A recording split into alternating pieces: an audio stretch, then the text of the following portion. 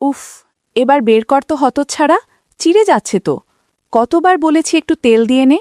আমার তো বয়স হয়েছে নাকি, তোর মা দেখে ফেললে সমস্যা হবে। আরে তুমি চিন্তা করো না, আমি মাকেও ম্যানেজ করে নেব। দুপুরে ঘুম ভেঙেই দেখি পদীপিসি এসে হাজির বাড়িতে। মায়ের নাম ঋন্ময়ী, আর সন্তু কাকিমার নাম কেন সন্তু কাকিমা আমি জানি না।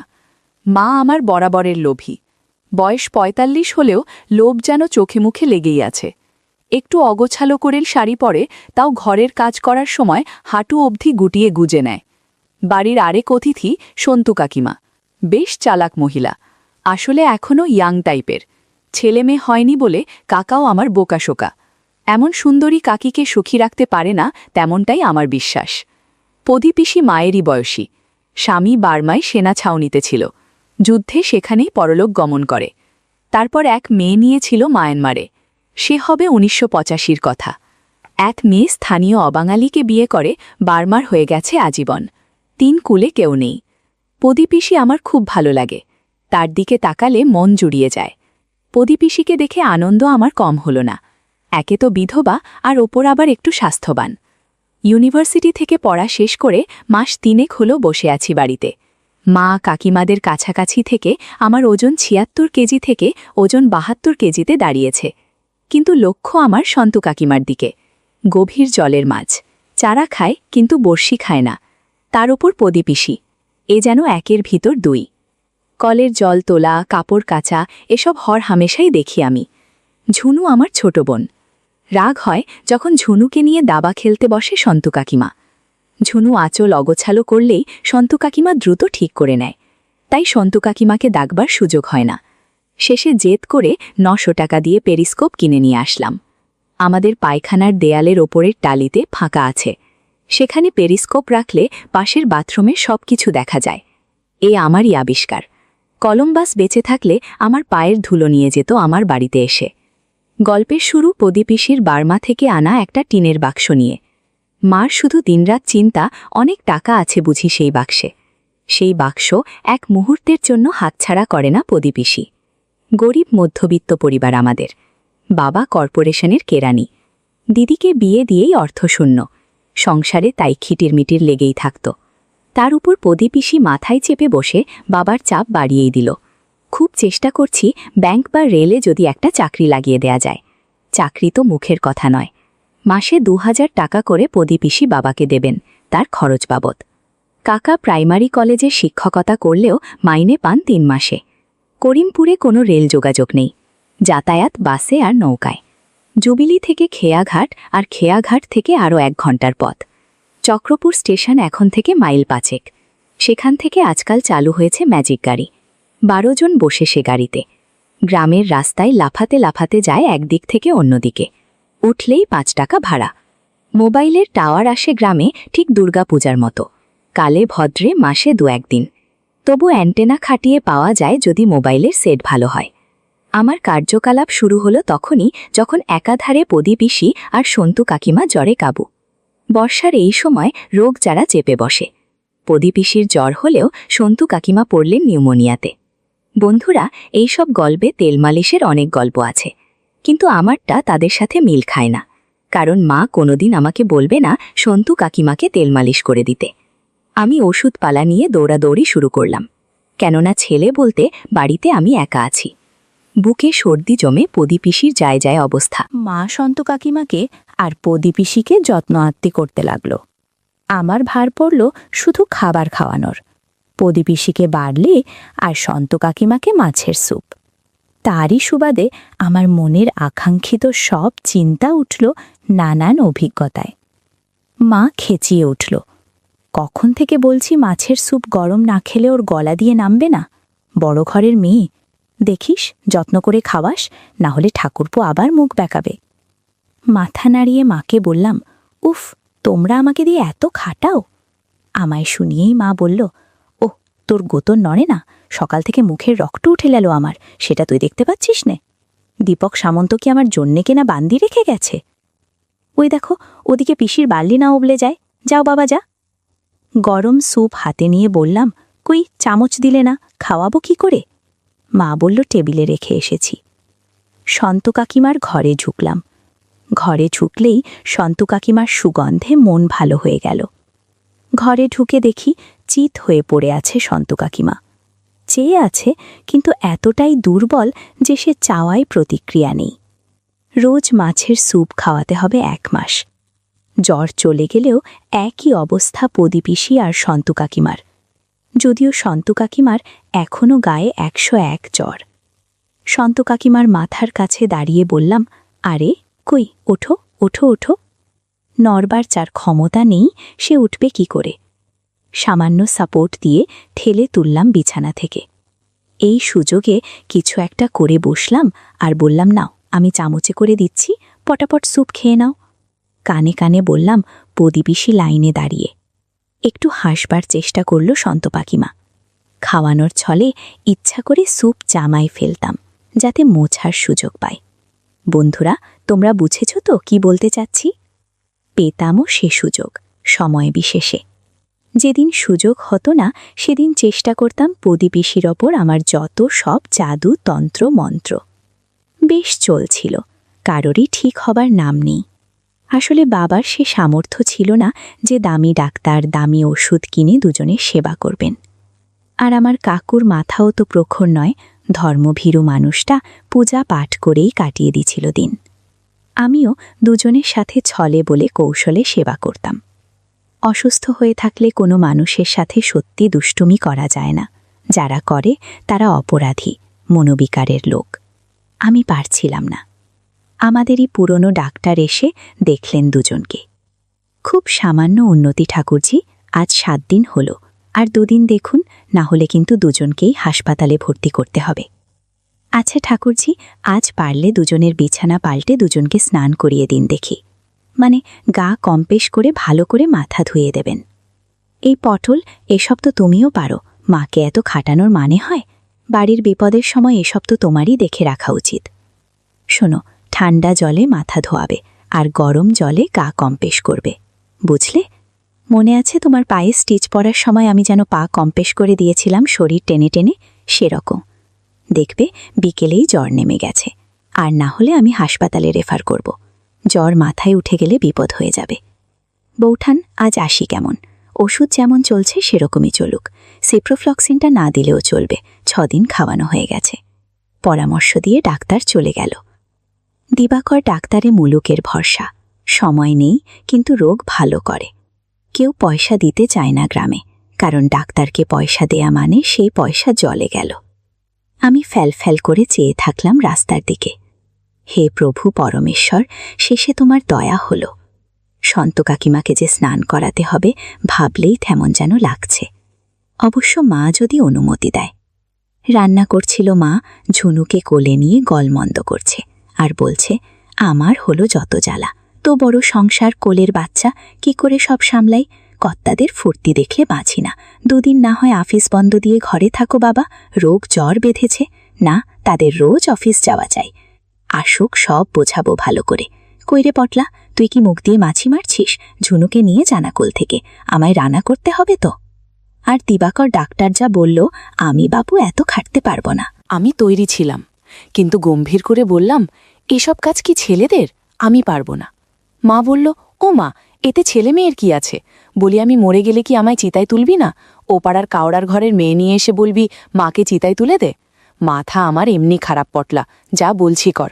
কাজ বললেই মুখ বেজার। পরম অনিচ্ছায় বেজার মুখ নিয়ে গেলাম রান্নাঘরে।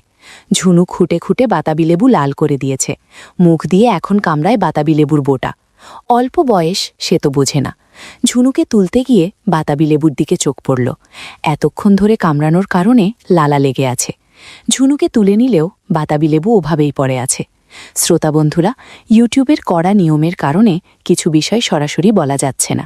তোমরা যদি একদম খোলামেলা গল্প শুনতে চাও, তাহলে কমেন্টে দেয়া লিঙ্ক থেকে আমার ওয়েবসাইট ভিজিট করো। সেখানে একদম খোলামেলা গল্প দেয়া আছে। আমি কিছুক্ষণ দেখে ঝুনুকে ঘরে ঘুম পাড়িয়ে দিয়ে আসলাম। নিচে গিয়ে আবার রান্নাঘরে গেলাম। মা একটা টিনের বালতিতে 8 বালতি গরম জল দিয়ে গেল। নে, একবার কাকিমাকে কম্প্রেস করে দে, পদির জলটা পরে দিচ্ছি। হাত, পায়ের গোড়ালি, পেট আর গলা ভালো করে ধুয়ে দিস, 6 দিন ধরে শুয়ে আছে। আমি মনে মনে বললাম, পারলে অনেক কিছুই করা যাবে। তোয়ালে নিয়ে বললাম, ঠিক আছে। বেশি কথা বাড়িয়ে বিব্রত হওয়ার কোনো মানেই হয় না। সন্তু কাকিমার খাটের সামনে গরম জল নিয়ে রাখলাম যাতে সুবিধা হয়। দেখলাম ঘুমোচ্ছে, হালকা জ্বর গায়ে।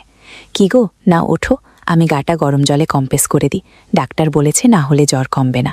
চোখ খুলো সন্তু কাকিমা, জড়ানো গলায় বলল, তোর মা কোথায়? আমি বললাম মার সময় নেই, রান্না করছে, ঝুনুকে দেখতে হচ্ছে, মা পারবে না তাই আমি এসেছি। কাকিমা বলল, দে, আমি নিজেই করে নিচ্ছি। কাকি খুব শেয়ানা, আমিও নাছোড় বান্দা। মনে মনে ভাবলাম তোমার উঠবার ক্ষমতা নেই, তবুও কোনো রকমে উঠলেন বিছানা থেকে। দুপা নামিয়ে কাপড়টা একটু ঠিক করে আঁচল ঠেকে উঠে দাঁড়াতে গিয়ে দুর্বলতায় তাল খেয়ে মুখ থুবড়ে পড়তে যাচ্ছিল, যদিও আমি পিছনে দাঁড়িয়েছিলাম। কোনো রকমে হাত ধরে মাছিরে দিলাম। একটু বকুনির সুরে বললাম, শোনো, ঠিক হয়ে গেলে যা ইচ্ছা করো, যতদিন ঠিক না হচ্ছ যা বলছি করে যাও, বুঝলে? আমাকে প্রদীপিসিকেও স্নান করতে হবে। মনে মনে বুঝে গেলেন যে আমার সাহায্য ছাড়া গা কম্প্রেস করা তার দ্বারা হবে না, দুর্বলতায় মাথা টাল খাচ্ছে। আমিও বললাম, তুমি বসো তো চুপ করে, আমায় আমার কাজ করতে দাও, না হলে মাকে বলবো তুমি করতে দিচ্ছ না। কাকিমা খাঁচায় হাত দিয়ে ধরে বসে কোকাতে লাগলো দুর্বলতায়। তোয়ালে গরম জলে ভিজিয়ে প্রথমে পা দুটো ভালো করে কম্প্রেস করলাম। বললাম, এই যে হাঁটু অবধি ফ্রি গুটিয়ে নাও দেখি। কাকিমাও যেন বাধ্য মেয়ের মতো শাড়ি গুটিয়ে নিল। তোয়ালের গরম ভাপের জন্য আরাম লাগছিল কাকিমার। কাকিমার পা দেখে খুব ভালো লাগলো, একদম মসৃণ পা। খেয়াল দুহাত দিয়ে শাড়ি চেপে রেখেছে কাকিমা। যাই হোক, তবুও সুযোগ আসবে, আমিও ছাড়ব না আজ। বেশি কিছু বললে মাকে ডাকব। বলতে না বলতেই মা এসে হাজির। আমিও সুযোগ বুঝে বললাম, দেখো না মা, কাকিমা ভালো করে সেবা করতে দিচ্ছে না। মা রাগের মাথায় কয়েকটা কথা শুনিয়ে দিল। অমনি কাকিকা একটু ইতস্তত হয়ে বলল, যা করার কর। আমি তোয়ালে ভালোভাবে গরম পানিতে ধুয়ে কাকিমার হাত পা মুছে দিলাম। মাঝে মাঝে গাছের কাতবেলটাও চোখে বাজছিল। ইস, কি সুন্দর আর টাটকা দেখতে হয়েছে। যেভাবেই হোক এটা আমার চাই চাই। একটু পর আমি মাকে ডাকে বললাম, আমি স্নান করতে যাচ্ছি। এই বলে চলে গেলাম কলঘরে। কিছুক্ষণ টানাটানি করে স্নান সেরে বেরিয়ে এলাম। মা বলল, বাবা একবার দেখে আয় না ঝুনু উঠে পড়ল কিনা, তারপর প্রদীপিসিকে স্নান করিয়ে তুই দুপুরের খাবার খেয়ে নে, ওদের খাওয়ালেই তোকে খেবে দেব, ততক্ষণে আমি ঠাকুর সেবা দিয়ে নেব ততক্ষণ। দেখে আসলাম ঝুনু তখন ঘুমাচ্ছে উপরের ঘরে। নিচের দুটো ঘর কাকিমাদের, আমাদের উপরের দুটো ঘর। কিন্তু একটু আওয়াজ করলে উঠে পড়বে। মাকে বললাম, ঝুনু ঘুমাচ্ছে কিন্তু উঠে যাবার সময় হয়ে এসছে। মা বলল, ঠিক আছে, যা তুই প্রদীপিসিকে দেখ গিয়ে, আমি দুজনের ঘরে খাবার দিয়ে দেব ঠাকুর সেবা দিয়ে। আমার আনন্দে যেন আত্মহারা হবার দশা। প্রদীপিসি বড়ই বাধ্য টাইপের, অন্তত সন্তু কাকিমার মতন গায়। আসলে রাগ ঢাক নেই, যখন যা করতে বলা হয় তখন বিনা দ্বিধায় সেটাই করে, যেটা আমার সবচেয়ে বেশি ভালো লাগে। কোনো কিছু না ভেবেই ভুলে গেলাম প্রদীপিসির ঘরে। মার কথা মনে পড়ল। প্রদীপিসির বর্মি বাক্স খুলে দেখতে হবে কি আছে। ভালো করে দেখলাম প্রদীপিসিকে, এক্কেবারে ঘুমিয়ে আছে। চুপি সারে গিয়ে বর্মি বাক্সের কাছে গেলাম।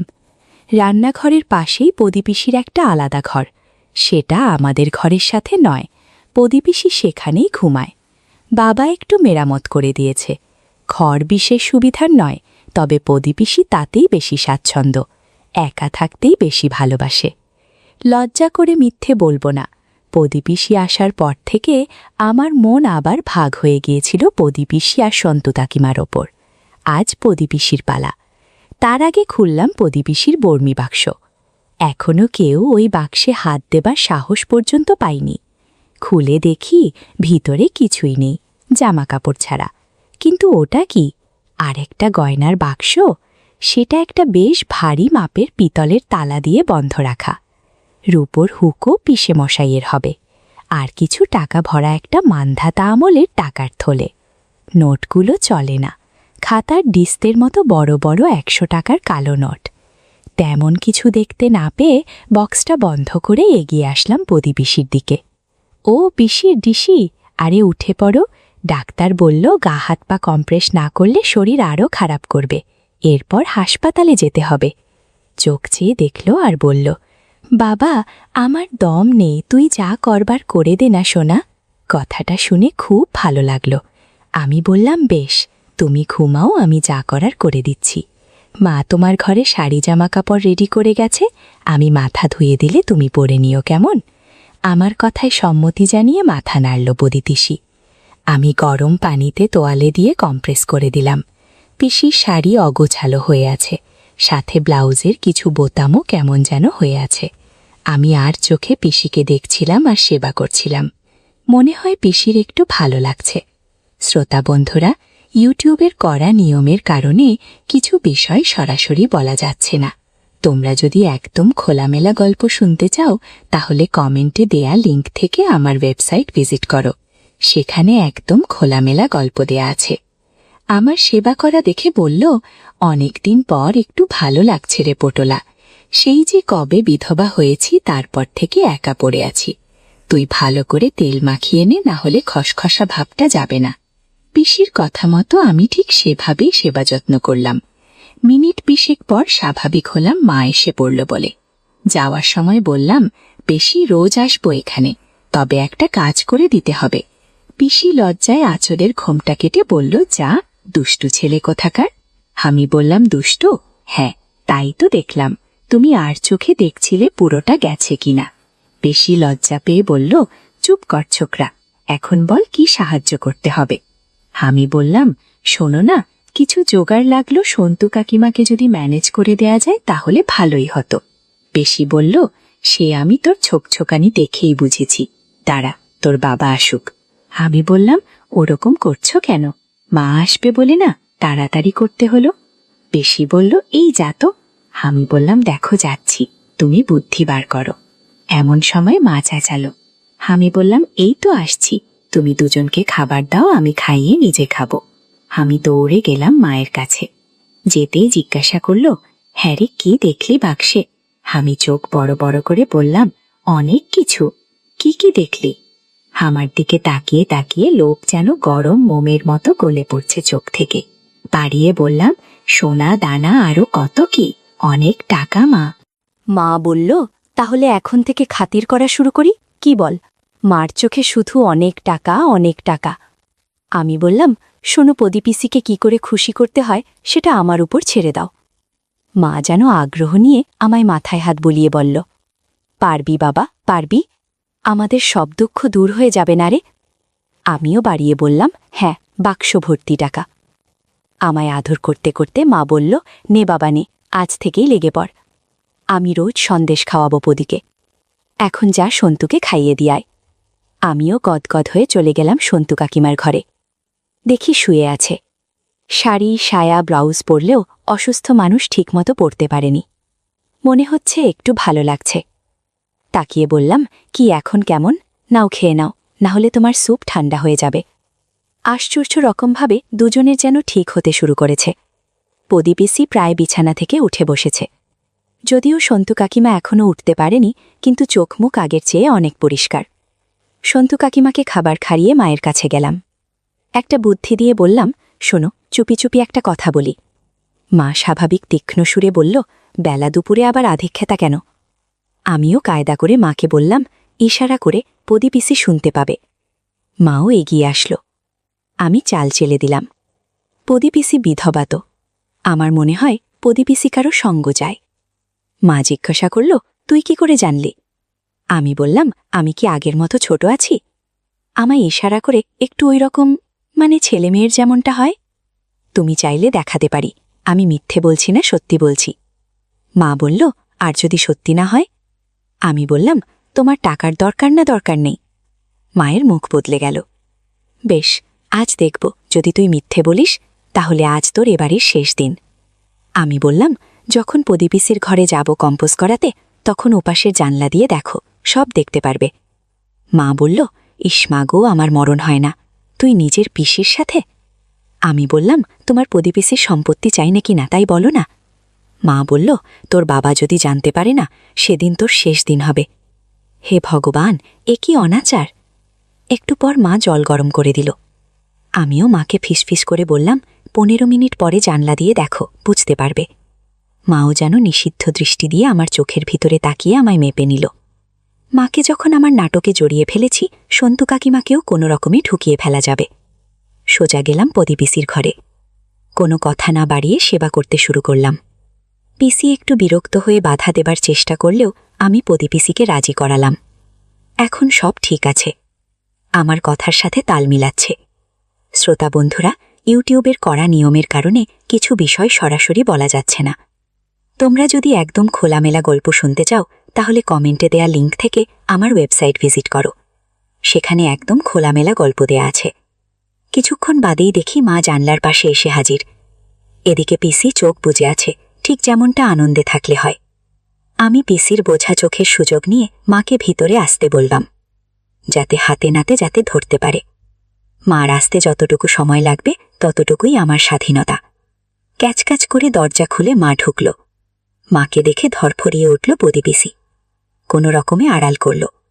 মার দিকে তাকিয়েই অভিযোগ করতে শুরু করল, এই দেখ, তোর ছেলে রোজ আমাকে বিরক্ত করে। মানা করেছি, বলেছি তোর বাবাকে বলে দেব আজ। আমি ওর শক্তির সাথে পারিনি। মা হতভম্ব হয়ে কি বলবে, তোতলিয়ে বলল, না বদি, আমি কিছু মনে করিনি। হ্যাঁ হ্যাঁ, কি মনে করব, আমি যাই, ঝুনুর উঠবার সময় হয়ে গেল। মা যাবার আগে জাদুর লাঠির দিকে একবার তাকালো। আমি বুঝে গেছি মায়ের পছন্দ হয়েছে। এদিকে পিসি বলছে, ওরে যাসনি, শোন, তোর ছেলেকে কিছু বললি না? আমি তো তোদের কারো সামনে যেতে পারবো না লাজে। মা দরজা দিয়ে বেরিয়ে যাওয়ার আগে বলল, বলা বলির কি আছে, আমি কিছু মনে করিনি। আমি ইশারা করলাম প্রদীপিসিকে। প্রদীপিসি কপালে হাত ঠেকিয়ে বলল, এ কি দুষ্টু ছেলে রে বাবা, তোর তলে তলে এত বুদ্ধি। রান্নাঘর থেকে মা চেঁচালো, বাবা পটলা, সন্তু কাকিমাকে দেখে তুই স্নান করে নে বাবা, না হলে দেরি হয়ে যাবে কালকের মতো। আমি প্রদীপিসির দিকে তাকিয়ে বললাম, কি গো, পারবে করে নিতে? মুখ ভেঙিয়ে প্রদীপিসি দমল, যা, হাত ছাড়া আমার সামনে থেকে। এরপর কি হলো আর কিভাবে সন্তু কাকিমাকে কৌশলে রাজি করালাম তা তোমাদের আগামী পর্বে শোনাব।